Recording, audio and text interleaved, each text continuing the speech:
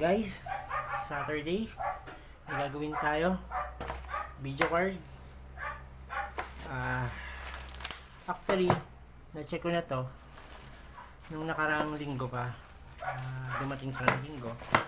Hindi nagpa-power yung kanyang PC dahil ang cost nun is itong video card is shortage siya. Sa mga hindi pa nakakaalam, sa mga baguhan pa, ang isang laptop or isang PC, hindi siya nagpa-power on. Or minsan iikot yung fan tapos gagalaw tapos hindi naman magpapatuloy yung power niya.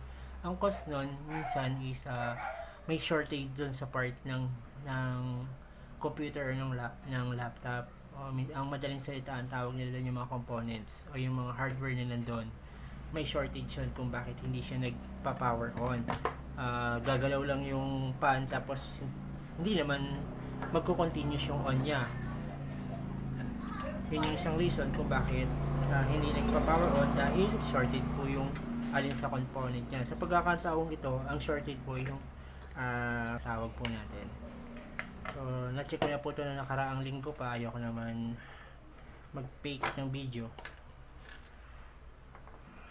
Yan. So, usually natanggal ko na yun yung component na sira na shortage. Yun yung MOSFET.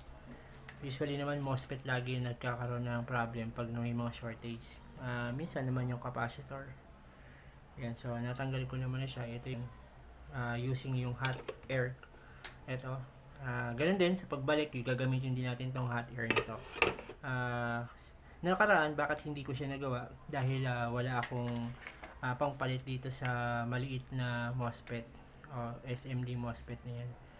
So, naghanap din ako sa mga luma kong mga video card na mga sira na, kung saan ako kumukuha ng pangahoy at nilalagay ko naman doon sa ginagawa ko. So, wala akong nakuhang tulad po ng MOSFET niya. So, ang ginawa ko, umorder ako sa online. Ito lang, kakarating lang siya ngayon. Ito, nabili ko lang yata ito ng 200 pesos. 5 piraso yung nabili ko. So, magkakaroon pa ako ng stock. Yan. Diba? Pero, hindi naman siya actually same yung code niya dun sa MOSFET na papalitan natin. Pero sana gumana. So, gamitin natin siya ngayon. Try natin siyang ipalit. At sana ay magkapareho sila. Tingnan muna natin kung magkapareho ba yung ilalim. Tingnan natin kung magkapareho yung ilalim niyan. Yan. Sana po magkapareho. At nang maayos na po natin. Mukha namang magkapareho sila. Diba? Mukha namang magkapareho. O, yun po. Nakikita nyo. So, try natin ngayong palitan sa bagong dating natin. Kuha tayo ng flux. Ito yung flux. Ito yung ginagamit kong flux. Okay din siya. Nabili ko rin ito sa online shop. Matagal ko na rin ginagamit. Siguro mga 6 na buwan ko na siyang ginagamit. Maganda naman. Mura lang. Nasa 150. So, lagyan natin ng flux muna. Painitin natin ang ating hot air. Adjust lang natin. Yan. Painitin natin.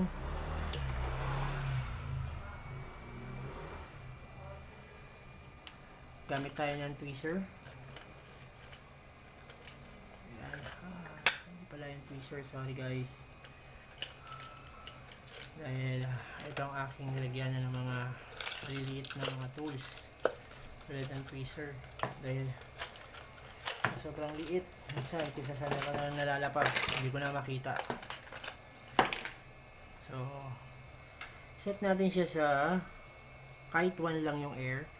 Tapos gawin lang natin 400 para mas mabilis. Yun ang mga 1.5 yung air natin. Tapos tignan natin Ayan. Ready na natin siya. Pwede na. Ready natin.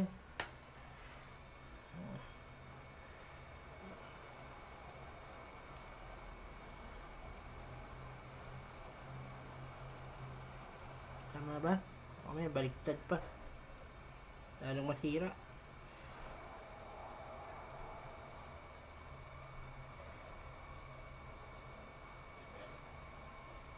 Ayan. Ay, shit.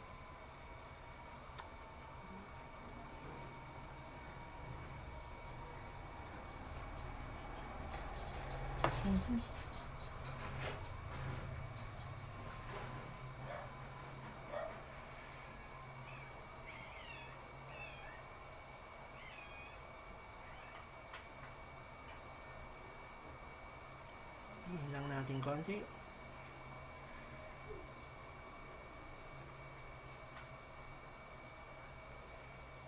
Yan. Okay na.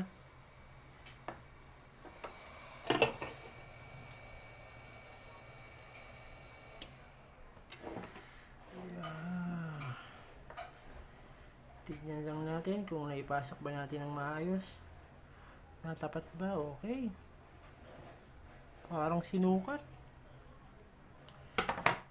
So, ngayon ang gagawin natin, dahil na ibalik din natin siya, test natin kung meron pa rin siyang shortage. So, meron siyang ground. So, nakaraan, na-check ko, kahit yung MOSFET lang may sira dahil ginamit yung multimeter using yung diode mode.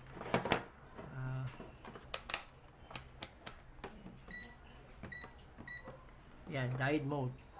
Yan po yan. Pwede rin naman yung yung gamit yung buzzer. Pero para sa akin mas effective sa akin ang diode mode. So tignan natin kung meron pa rin mga busted na mga yung shortage capacitor, kasi usually pag mayroong shortage na MOSFET or any component sa mga paligid nun is mayroong shortage, panapalatandaan. Sa pagkakataong to, ang shortage dito ay ang MOSFET. Madalas kine-check ko din yung capacitor. So guys, hindi na siya shortage. Dati sa guys, shortage yan. Kung lalagyan natin siya sa buzzer, tutunog yan dati. Ngayon hindi na. Parang ganito. Ngayon hindi na siya shortage. Wala na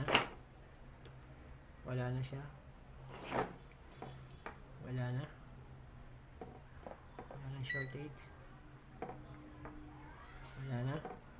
Dito, tignan natin. Wala na rin. Nakaraan, shortage to. Shortage yan. So, wala na. So, ngayon, next step na gagawin natin, ite-testing na natin siya. So, hoping na sana success at yung ating pinalit na MOSFET ay uubra. Gaya ng sinabi ko kanina, hindi kasi tulad ng same value or yung code yung ginamit ko. Ang in-order ko lang yung same yung kanyang size, pati yung kanyang appearance dun sa likod.